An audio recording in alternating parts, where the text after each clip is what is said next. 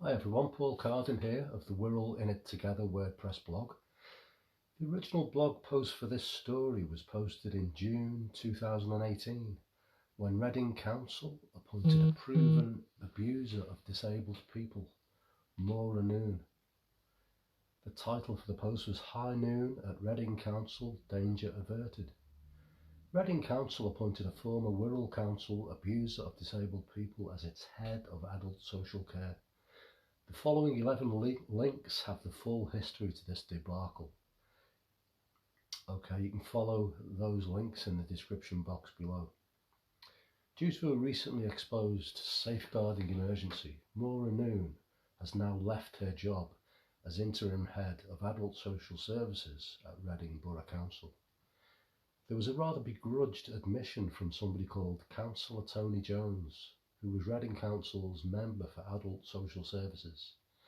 Nowhere did he find the courtesy or the good grace to thank anybody, least of all Wirral In It Together or Wirral Leaks, for exposing what could have turned into another unmitigated and completely avoidable social services catastrophe, similar to the one that came crashing down onto the heads of a number of vulnerable learning disabled people of Wirral on Noone's watch only a few short years ago. So here's Councillor Jones's tweet. Replying to Wirral In It and Get Reading. Hi, for the avoidance of doubt, I can clarify that Ms. Noone was on a temporary contract and has since left Reading BC. Okay, that's very short and to the point, but as usual with these things, there are far more questions than answers. And we are now forced to ask, what about disclosure and barring, the much vaunted government service designed to prevent paedophiles, abusers, criminals and conmen from landing influential jobs where the lives and well-being of thousands of innocent, vulnerable, at-risk people are at stake? Well, she got around it somehow. But how, Councillor Jones? You're the member with controlling oversight of this department at Reading Council. Did you appoint her? How was her application successful? And while you're there, has Noone signed a fresh settlement agreement and gagging clause? Has Noone been paid off richly in public money? Is Noone's recent departure from Reading a direct result of this fresh June 2018 scandal you had immersed yourselves in? Will Noone receive a positive reference from you, her most recent employer, to flourish before her next potential employer? And armed with a positive reference, will Noone successfully run the gauntlet of disclosure and barring all over again? Around the start of June 2018, when the scandal broke, in the hope of getting news of this dangerous situation out there, we contacted a chap called Hugh Fort, a reporter at something called Get Reading. It's a newspaper. The umbrella organisation for the title Get Reading, which appears to regard itself as a newspaper, used to be known as Trinity Mirror, a huge national concern with hundreds of titles. This parent organisation recently rebranded itself Reach PLC. Anyway, take it from us, it's shit. And why is it shit? Because it's a news organisation that doesn't cover something we all know as news. We explained in great detail to Hugh Fort what had happened at Wirral. We followed him on Twitter and provided him with links which went into great detail on how Noone and Mike Fowler were proven inside Anna Klonowski's external investigation to have spent years financially abusing learning disabled people. Follow all the links in the description box below. Yet Hugh didn't run with it. Why not? We'll assume it's because his superiors instructed him not to, which will be the same situation that occurred here on Wirral when we contacted BBC-funded Tom Houghton, and he quickly got the thumbs down from his superiors, executive editor Steve Graves and political editor Liam Thorpe at the Liverpool Echo. The parent organisation was once again Reach PLC. Imagine going into work to do your reporter's job, an essential and very valuable job which should be alerting the local population to dangers in their midst, a role which needs protecting in its endeavours and encouragement in these dark times, and some bastard in a suit steps in and bizarrely tells you can't do it. And this is post-Savile, for fuck's sake. Well, you don't get yourself completely off the hook, Hugh. If anyone did that to us, we'd be hitting them with a letter of resignation inside the very next minute.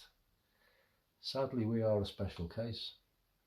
For our sins, we've been burdened by principles and a desire to protect people, whereas Hugh evidently has not, because he still appears to be working there, drawing a salary, enjoying his holidays and sick pay, but most of all, obeying orders and churning out what he describes as advanced content.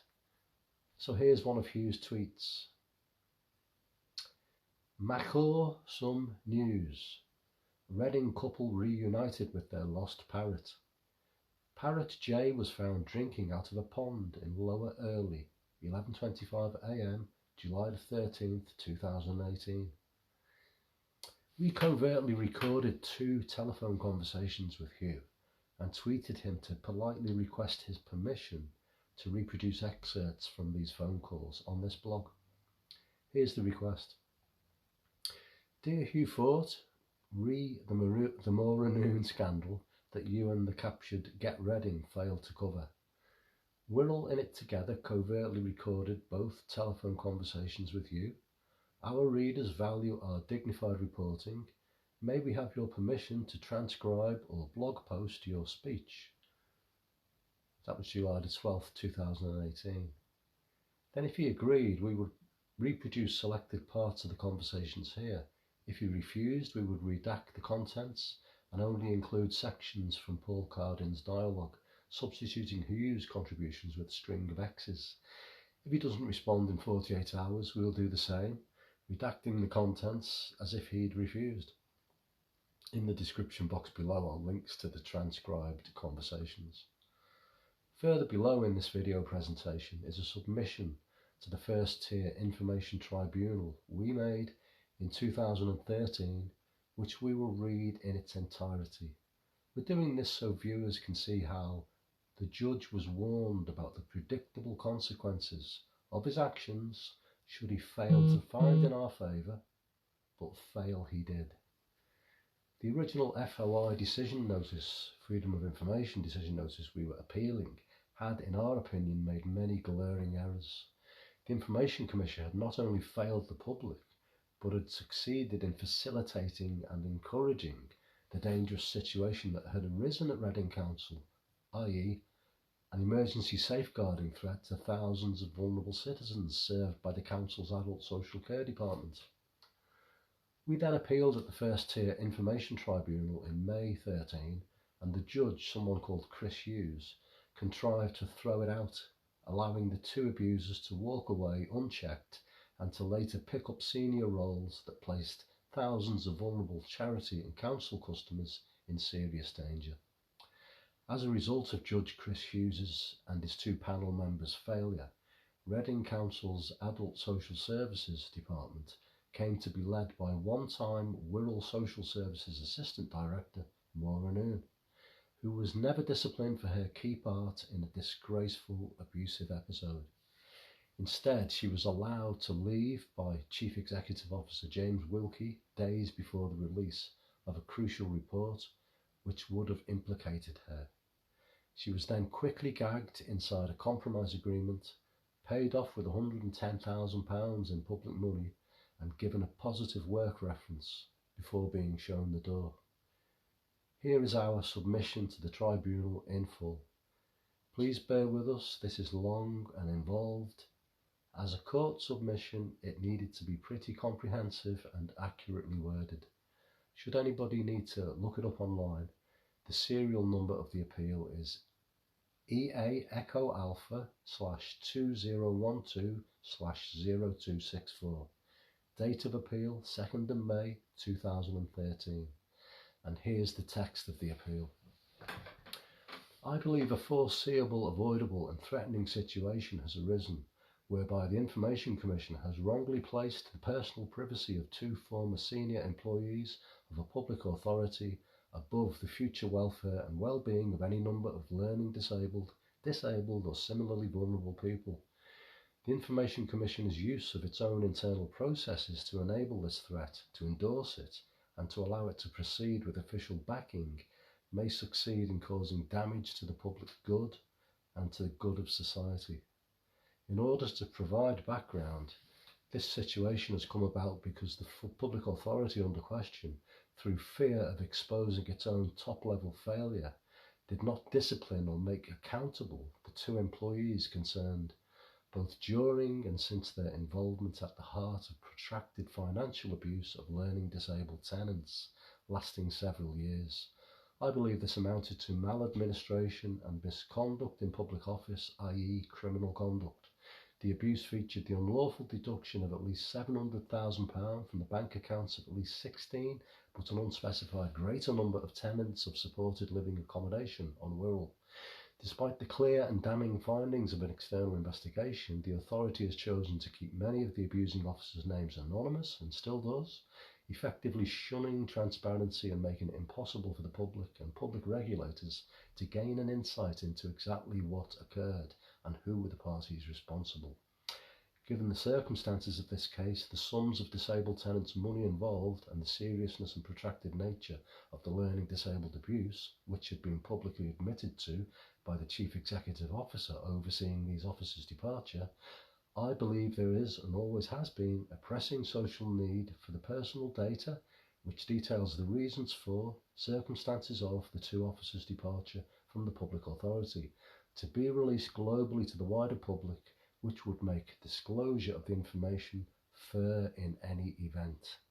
The ICO's withholding of the personal data and its reliance upon preserving the personal privacy of 2 officers widely regarded as abusers does not satisfy any pressing public need and is a serious error of judgment on the part of the Information Commissioner. 2 persons' personal privacy may be secured, but a far greater number of vulnerable persons' welfare and well-being will be placed in jeopardy. Despite being informed of all the circumstances behind this case and the fact that the public authority quotes the officer's future employment prospects as paramount, the ICO decision preserves a dangerous status quo, one which flows from maladministration and misconduct in public office, and which represents a clear and present threat to vulnerable people should either or both of the 2 officers become employed again in a senior responsible future role in the care sector, either private or public.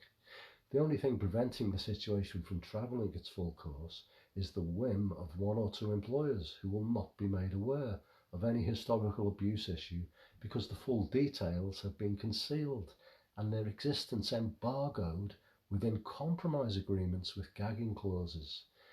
The actions of both the authority concerned and the ICO amount to failure to alert the necessary authorities to dangerous criminal conduct and enabling further abuse to occur. The ICO has been slipshod in its summary of the issues, particularly in describing the actions of the local authority as mistakes or errors. This is a misrepresentation of the facts and the seriousness of the criminal conduct which occurred. A whistleblower advised the authority of serious failure very early on, but was forced from his job in response. That was Martin Morton. This resulted in a separate external investigation into bullying and harassment. The unlawful charging of learning disabled tenants continued once the whistleblower was out of the way. This could be interpreted as deliberate, calculated and negligent, a situation which appeared to be found and verified within the Anna Klanowski Associates' external investigation into corporate governance. The ICO has downplayed the seriousness of the years of abuse and failure that occurred on Wirral, whilst promoting and emphasising the importance of personal privacy. The ICO has not passed an opinion on the authority's continuing practice of redacting names within the full AKA report, although the Council has publicly admitted to the abuse of learning disabled tenants. This practice has protected anonymous senior officers either still working at the Council or now departed with large payoffs. With no apparent desire to advise the Council on the safety of following such a course, the ICO has missed an opportunity to act in the public interest by seeking to let in some light and open up the Council's workings to a greater degree of transparency in the interests of the public and the good of society.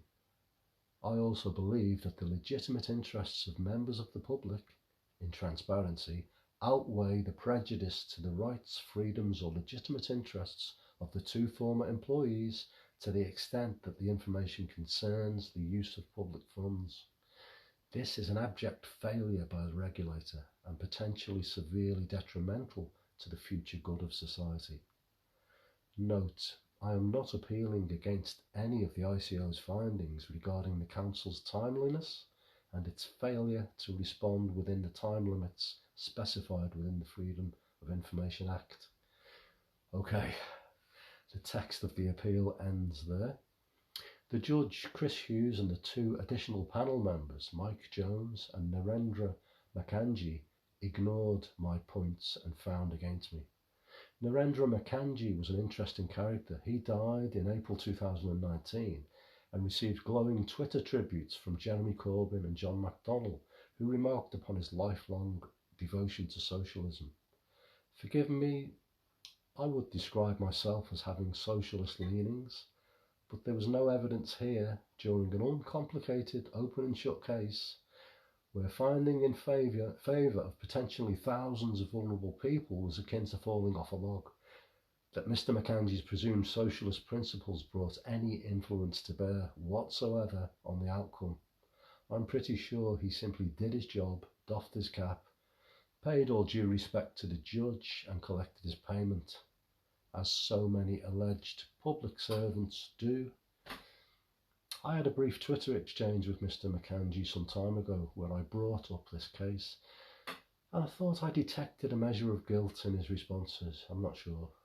However, these tweets are now lost to the public record since my previous Twitter account was banned and deleted for absolutely no reason whatsoever late last year.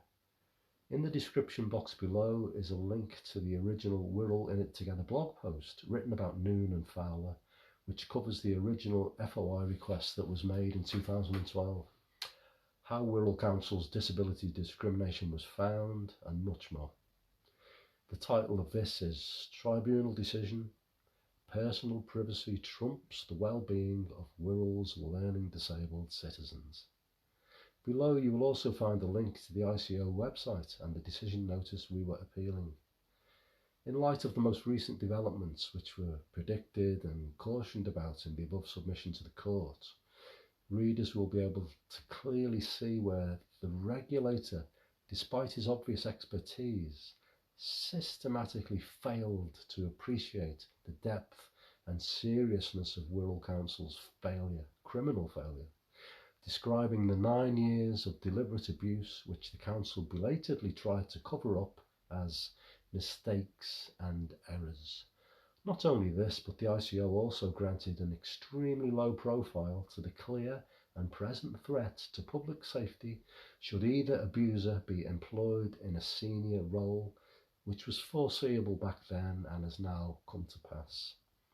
Despite the warnings that were clearly spelled out to the ICO and the court, the dangerous situation became a stark reality in Reading, when abuser Maura Noone picked up a director's job as a result of these top officials closing ranks, covering their ears, protecting each other's backs, issuing torrents of copious weasel words for public consumption, and ultimately failing in their statutory duty all over again to protect the vulnerable citizens.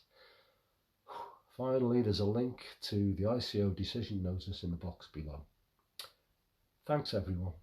Don't forget to like, follow and share, and I'll see you soon. Take care.